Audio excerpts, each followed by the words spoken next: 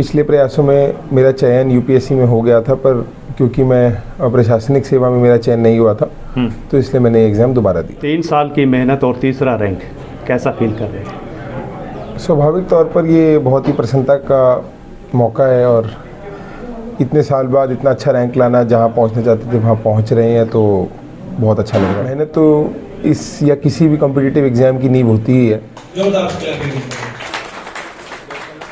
Father साहब का सपना था या एकांश का? सपना ये एक ऐसा सपना होता है जिसको सबने संजोया होता है साथ में, कि निरंतरता, अनुशासन और डिसिप्लिन और एनालिसिस ये साथ मिलकर करें तो वो कोई भी लक्ष्य पास कर सकते हैं। एकांश जी, 3 साल की मेहनत और तीसरा रैंक, कैसा फील कर रहे हैं? स्वाभाविक तौर पर ये बहुत ही प्रसन्नता का मौका है और इतने साल बाद इतना अच्छा रैंक लाना, जहाँ पहुँचना चाहते थे वहाँ पहुँच रहे हैं, तो बहुत अच्छा लग रहा है। जब पहली बार एग्ज़ाम दिया था 2023 में, तो क्या सोच के चले थे कि IAS, IPS, क्या सोच था माइंड में? मैंने ये एग्ज़ाम प्रशासनिक सेवा यानी कि IAS बनने के लिए दिया था। पिछले प्रयासों में मेरा चयन यूपीएससी में हो गया था, पर क्योंकि मैं प्रशासनिक सेवा में मेरा चयन नहीं हुआ था तो इसलिए मैंने एग्ज़ाम दोबारा दिया। 2024 में क्या छूट गया था जिसे 2025 में एग्ज़ाम देना पड़ा?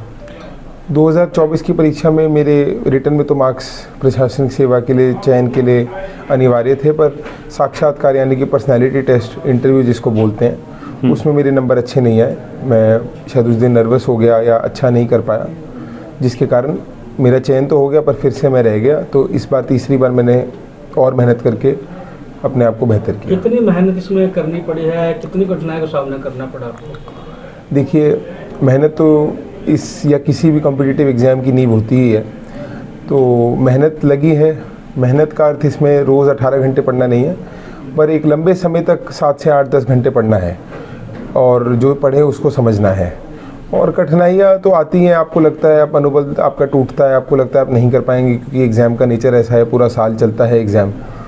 पर मैं किस्मत वाला था कि मेरे माँ बाप, मेरे आसपास वालों ने मुझे ऐसा एक वातावरण दिया जहाँ पे मैंने ज़्यादा कठिनाइयों के बारे में चिंता नहीं करी। यूपीएससी का एग्जाम ऐसा होता है कि जिसको बच्चे मानते हैं कि काफ़ी कठिन होता है, बचपन से मन में था या बाद में आपके मन में विचार आया इसका? विचार बचपन से था, पर जैसे जैसे मेरी उम्र बढ़ती गई वो विचार परिपक्व होता गया और समय के साथ साथ उस विचार को और गहराई मिली।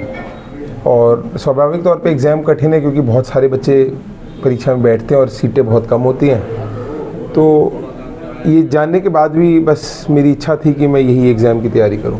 कई बार ऐसा मौका आता है कि जो साथी होते हैं वो डिमोटिवेट करते हैं कि भाई काफ़ी कठिन है, नहीं हो पाएगा, क्या ऐसा कोई मौका आपके साथ भी आया कोई?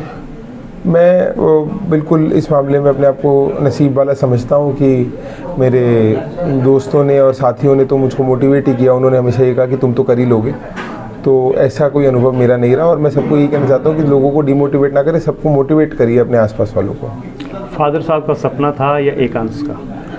सपना ये एक ऐसा सपना होता है जिसको सबने संजोया होता है साथ में। स्वाभाविक तौर पर पिता का सपना होता है, पर मेरी माताजी, मेरे आसपास जो लोग हैं उन सबका भी ये सपना था, जो बाद में मेरे अंदर जिसने एक ईंधन दिया, वो सपना मैंने इंटरनलाइज किया, मेरे अंदर भी बन गया और फिर वो हम सबका एक कलेक्टिव सपना लेकर आगे चले। एकांश जी, इसका श्रेय किसे देना चाहोगे आप? ऐसी कामयाबी किसी एक इंसान को हम श्रेय नहीं दे सकते। ऐसी कामयाबी के लिए बहुत सारे लोगों ने अपना समर्थन और अपना सपोर्ट दिया होता है। मेरे माँ बाप, मेरे रिश्तेदार, मेरे दोस्त, भाई बंधु और मेरे टीचर्स, सब ने समय समय पर मुझको कंट्रीब्यूट किया और मतलब उस सब का परिणाम है कि हमको ये सफलता मिली। यूपीएससी का जो एग्ज़ाम आपने क्रैक कर लिया, एक मन में क्या चीज़ है कि आप क्या करना चाहते हैं कि कुछ नया, अभी आगे भविष्य में क्या कुछ नया करना चाहते हैं उसके अंदर जिससे आपका नाम हो? मैं बचपन से क्या कहते हैं अर्बन एरिया में रहा हूँ, तो मैं जो हमारे अर्बन, जिनको शहर बोलते, शहरों की विकास और शहरों को ग्रोथ और विकास की ईंधन की तरह देखता हूँ। और शहर से मेरा पैमाना सिर्फ दिल्ली और चंडीगढ़ नहीं है। दिल्ली, चंडीगढ़ से लेके सफ़ीदों सब अलग अलग तरह के शहर हैं। वो सब शहरों का मैं विकास कर पाऊँ और उनको विकास का एक ईंधन बना पाऊँ, ऐसा मेरा सपना है। सफ़ीद आज अपोजिट है और जिस तरीके से आपका जोरदार स्वागत किया गया, इस पर क्या कुछ कहेंगे? ऐसे स्वागत का मैं बहुत खुश हुआ और मैं बहुत आभारी हूँ सफ़ीदों के, मेरे रिश्तेदारों का, जानकारों का, जिन्होंने ऐसा मेरा सम्मान किया। और अब मैं उनका कर्जदार भी हूँ। इतना मान सम्मान प्रेम मुझे दिला, आशा करूँगा कि आगे आगे कभी कुछ अपनी सेवा से ऐसा कर पाऊँ कि उनका कर्ज उतार पाऊँ। नए बच्चे किसी भी एग्ज़ाम की तैयारी कर रहे हैं, क्या कुछ संदेश रहेगा आपका? उनको यही बोलूँगा कि निरंतरता, अनुशासन और डिसिप्लिन और एनालिसिस, ये साथ मिलकर करें तो वो कोई भी लक्ष्य पास कर सकते हैं। आपकी इस जीत में कोचिंग इंस्टीट्यूट का कितना श्रेय मानते हैं, क्या फीडबैक रहा? कोचिंग आवश्यक है, पर सबसे ऐसा नहीं है कि उसके बिना हम एग्ज़ाम नहीं कर सकते। मेरा ऐसा मानना है कि हम किसी एक कोचिंग पर समर्पित ना हो, हम बेस्ट मटेरियल निकालें हर कोचिंग से और उसको अपनी तैयारी में अपने हिसाब से यूज़ करें। दृष्टि की तरफ गूंज कर रहे हैं बच्चे भी, विकास दिव्य कीर्ति को आइडियल मानते हैं कि यूपीएससी क्रैक करना है तो उनको फॉलो करना ज़रूरी है, कितना सही मानते हैं? देखिए, यहाँ पर किसी व्यक्ति विशेष की बात नहीं है। हर इंस्टीट्यूट अपने आप में अच्छा मटेरियल देता है, अच्छी गाइडेंस देता है। बच्चे को जो मटेरियल, जो गाइडेंस रास आ जाए उसको फॉलो करनी चाहिए और सब जगह से जहाँ से भी ज्ञान मिले वहाँ से उसको ज्ञान ले लेना चाहिए।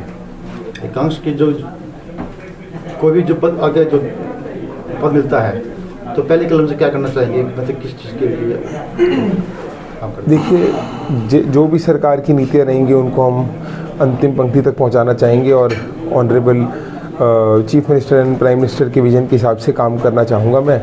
और मेरा दिली तमन्ना है कि मैं सरकार और लोगों के बीच जो समाज में दूरी बनाई हुई है वो ख़त्म कर पाऊँ।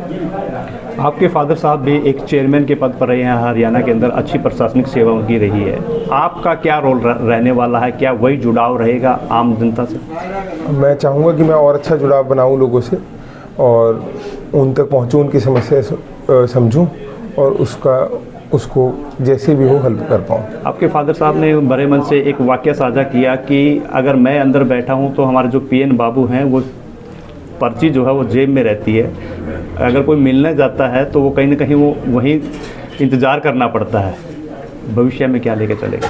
मेरी कोशिश रहेगी कि जैसे भी हो पाए हम सरकार और लोगों के बीच जो दूरी बनाई गई है उसको ख़त्म करें और लोगों को साथ लेकर चलें और वो हमारे तक पहुँचे। उसके साथ साथ उतना ही अनिवार्य है कि हम भी उन तक पहुँचे, सरकार भी गांव में जाए, उनकी समस्याएं सुने और उनका समाधान गांव के अंदर जाके करें। यूपीएससी के ट्रैक पे जो बच्चे आज चल रहे हैं उनके लिए आप क्या मैसेज देना चाहेंगे, किस तरह का फीड आपकी तरफ से रहेगा? निरंतरता, अनुशासन और अपने अब आत्मचिंतन वो मंत्र हैं जिससे हम यूपीएससी जैसे पहाड़ को चढ़ सकते हैं। पढ़ाई कहाँ से की थी आपने? मेरी बचपन की स्कूलिंग चंडीगढ़ में हुई और उसके बाद मैंने अपनी ग्रेजुएशन बीकॉम ऑनर्स करी मैंने Shri Ram college of commerce Delhi से। जी, कोई सफ़ीदों के लिए, जींद जिले के लिए कोई विशेष मैसेज?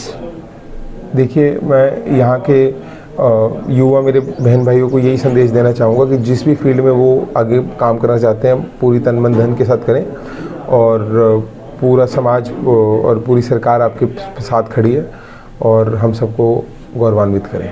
कहाँ से बिलोंग करते सर आप? गाँव? मेरा गांव रोहतक में भगवतीपुर गांव है, पर मेरा परिवार जाकर के चंडीगढ़ में बस गया था तो मेरी वहाँ से स्कूलिंग आगे चंडीगढ़ में हुई थी। ये आपके स्वास्थ्य के लिए भी ठीक है।